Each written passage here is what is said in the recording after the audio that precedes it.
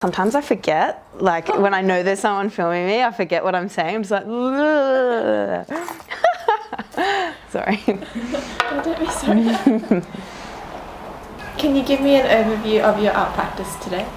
Yeah, I guess so. My practice is predominantly based around my own painting and drawing and the themes that I'm focusing on, and I kind of get to steer my own ship in that respect, which is really cool. And then more recently I've been teaming up with different people and doing some collaborations and things as well, so it's kind of like I'll work together with, say, another individual or potentially a brand and come up with a different outcome usually based on the kind of thing I'm working on already, but then you kind of have to tailor that to what the overall outcome needs to be. So I do my own thing, and then I do these other little projects. I'll do larger murals. It's kind of just like it's a bit of a crazy mashup of different things, but yeah, it's really fun. But at the end of the day, it generally all comes back down to the main focus of what I'm doing with my practice at the time, I suppose. What are your thoughts on the difference between art and design?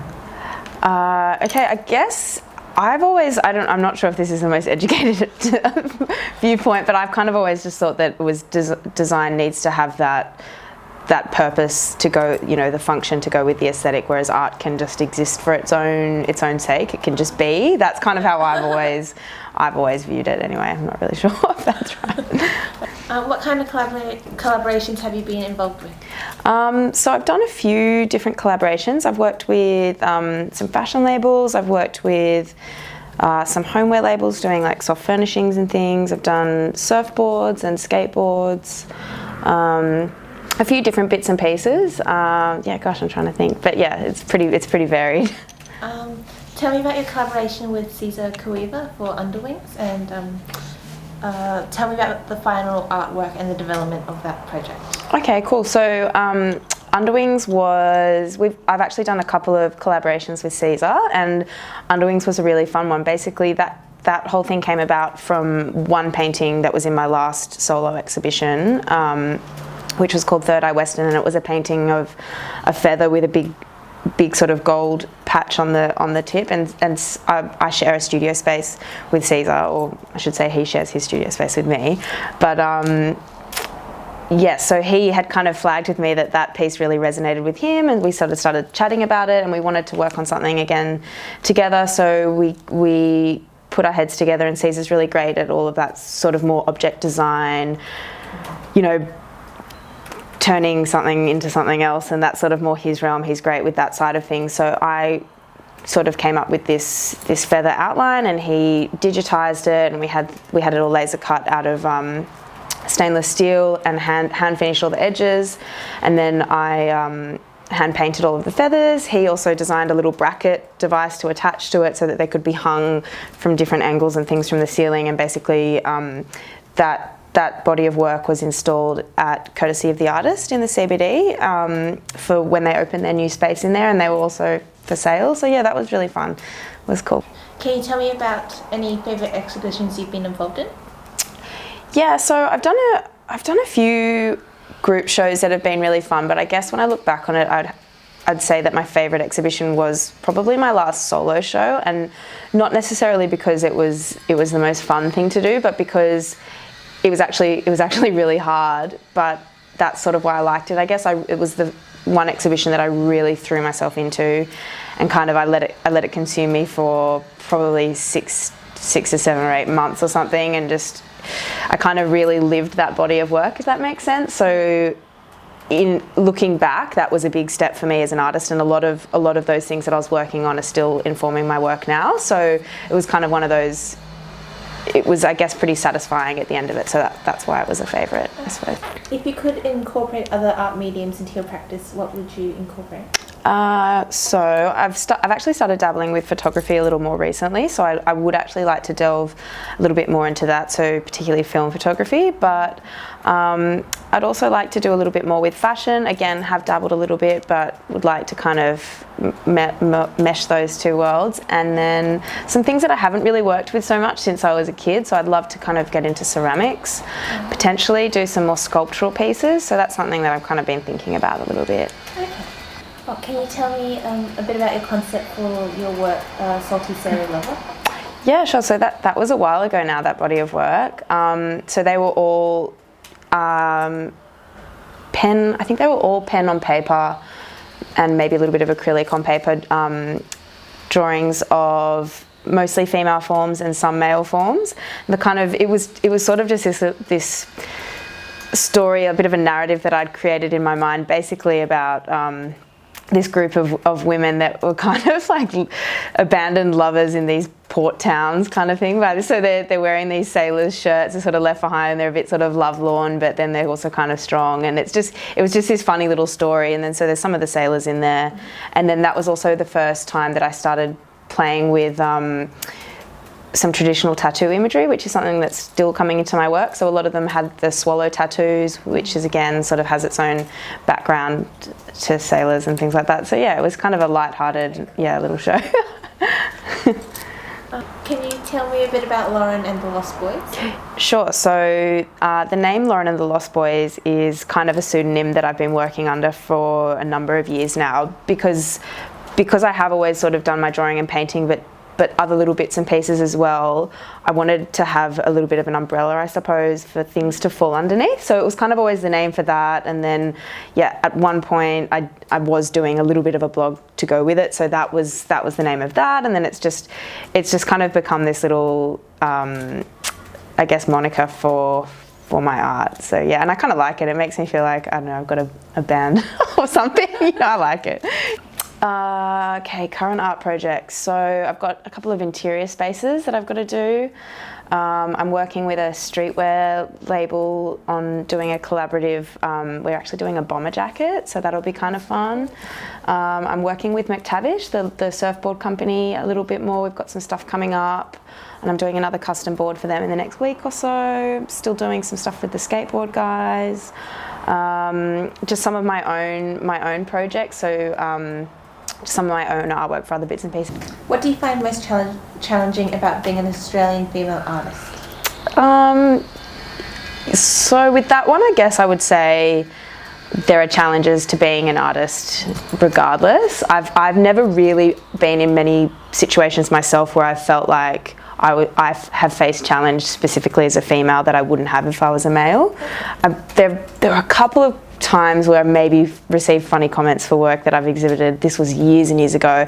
I exhibited some photographs actually, and there were some comments that I did wonder if I would have received if I were a male. But look, do you see a difference in the work of female artists today because you were the rise of the feminist movement in the 20th century? That's right. Yeah, I guess there is definitely. I think one of the main differences post the rise of the feminist movement is just our freedom and ability to kind of express ourselves the way we'd like to without thinking. So I guess if I think about my own practice, I don't ever really sit down and consider if this is a topic I should be discussing, if I'm allowed to kind of delve into that realm. Can I do this? Is this crossing a line? That doesn't even factor into my thinking. So that in itself, I think, is pretty cool. That's the way it should be. Yeah. But that we can all just make our art freely. I guess that's a pretty cool change. Yeah.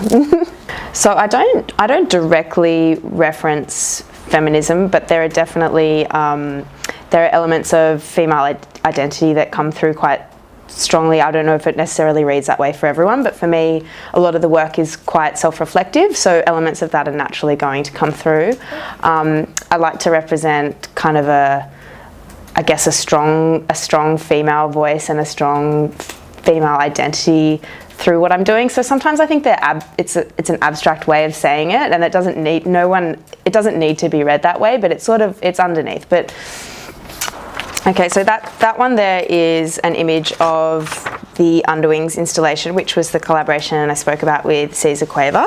That's a bit of a detail of the feathers there. So basically, those ones, as I mentioned, they're sculptural pieces which we worked on together, and I then hand painted individually, and we installed together in their space, courtesy of the artist in the Strand Arcade.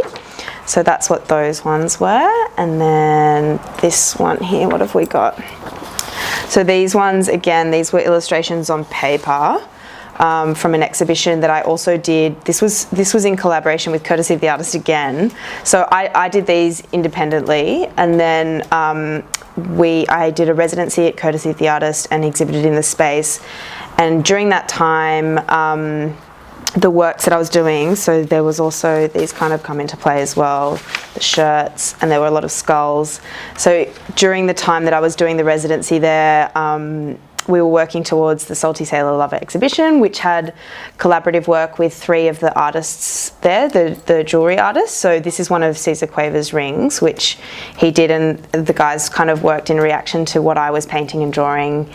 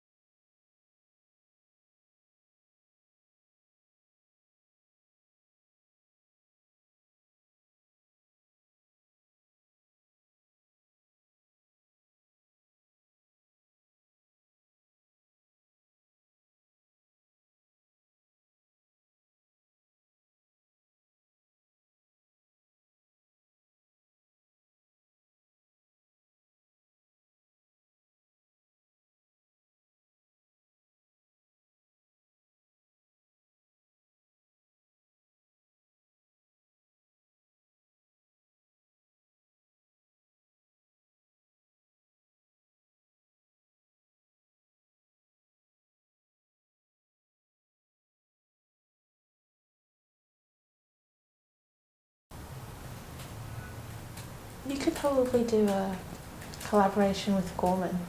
Oh really? I'd love to do that. They do such cool things, don't they? They do.